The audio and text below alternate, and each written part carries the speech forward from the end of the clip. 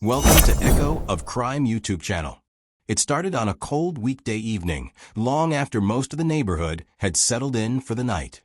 He was leaving work later than usual. The sky already dark, the parking lot nearly empty except for a few scattered vehicles. As he walked toward his car, he noticed something he couldn't quite explain. An unmarked sedan parked several spaces away with its engine running, headlights off, and silhouette barely visible behind the windshield.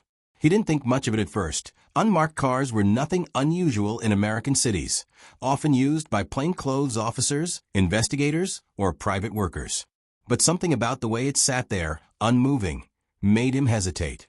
He drove out of the lot, telling himself it was nothing.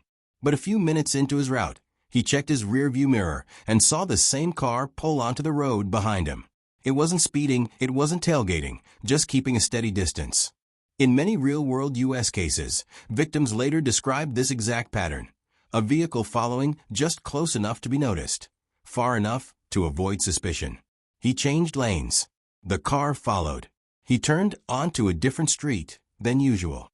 The car turned too. Each time, the sedan mirrored his movements with quiet precision. As he approached his neighborhood, the unease grew heavier. He slowed before turning into his street, watching to see if the car would continue forward. Instead, it slowed too, creeping forward just a few yards behind him. That was the moment he felt the sharp, instinctive fear that something wasn't right. Across the country, countless reports have described this same turning point. The instant a person realizes the vehicle behind them isn't just coincidentally traveling the same route. Pulling into his driveway, he quickly glanced back. The sedan didn't follow him in, but it also didn't drive away fast. It simply rolled past slowly, headlights still off, before disappearing into the dark.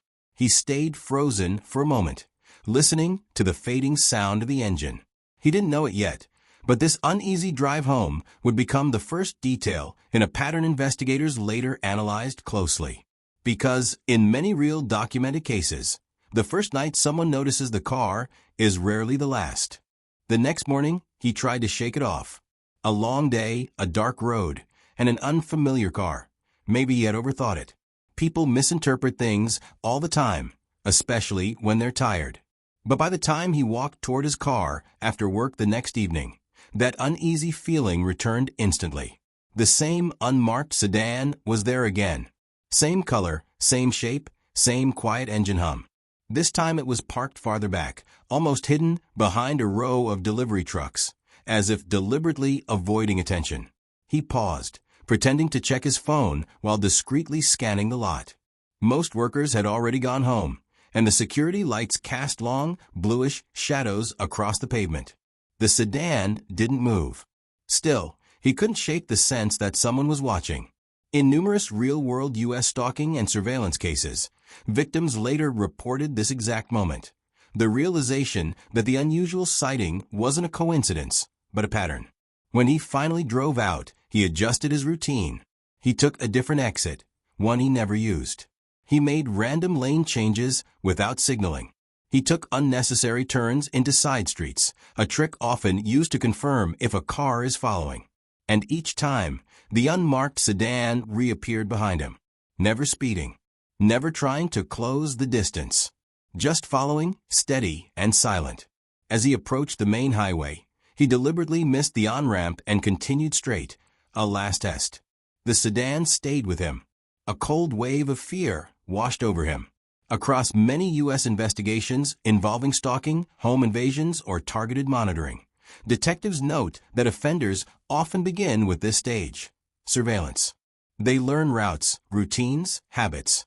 Victims often describe feeling watched long before anything concrete happens, and they're almost always right.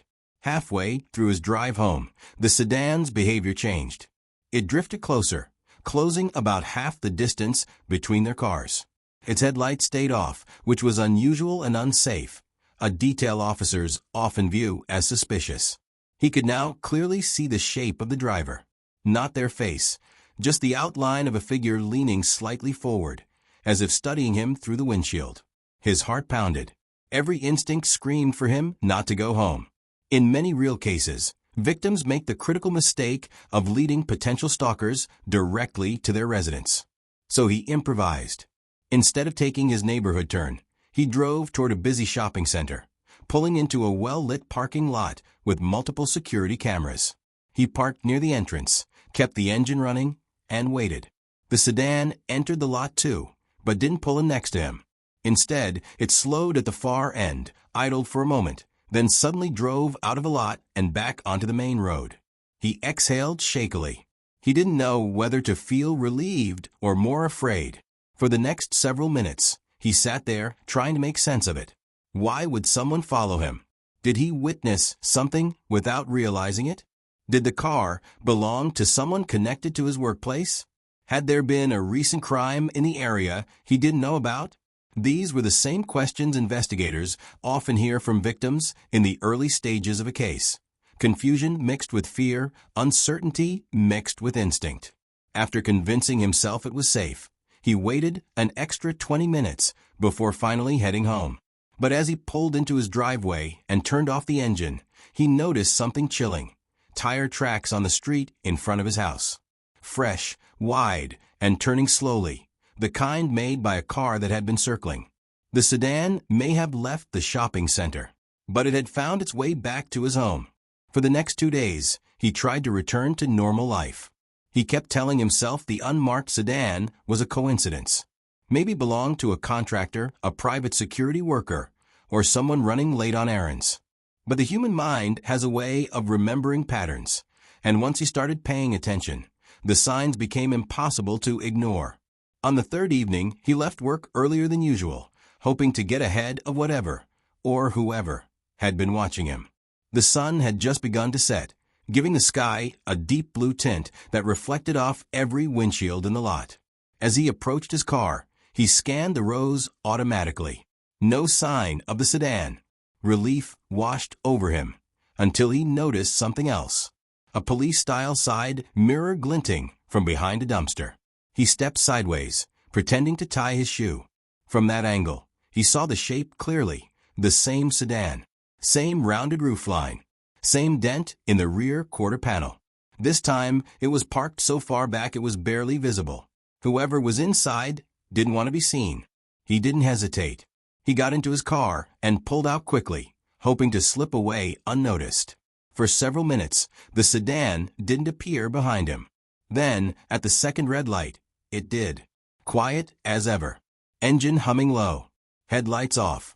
Real-life investigators often say the moment victims realize they're being monitored repeatedly is when a case officially begins. And this was that moment. Whatever he was mixed up in, it wasn't random. He turned sharply into a residential street to confirm the pattern. The sedan followed. He looped around a cul-de-sac. The sedan slowed at the mouth of it, idling, waiting for him to reappear. When he did, it merged behind him again, steady and patient. This wasn't road rage.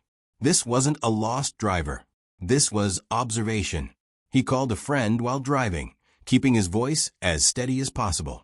It was the kind of call many victims make in real cases, not yet to the police, but to someone they trust. He explained everything. The parking lot, the lights off following, the shopping center, the tracks in front of his house. His friend listened carefully, then said the one thing he had been avoiding. "You need to take this seriously." He felt it too. The air seemed heavier. Every traffic light felt slower. Every shadow felt closer. Instead of heading home, he made a decision rooted in what countless safety experts recommend.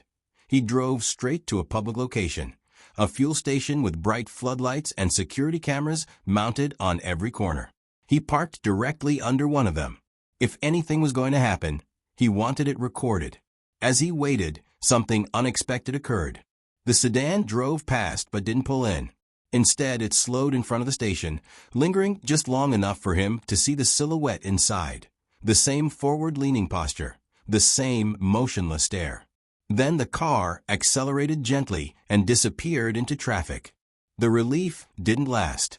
When he finally returned home an hour later, he saw something subtle but unmistakable.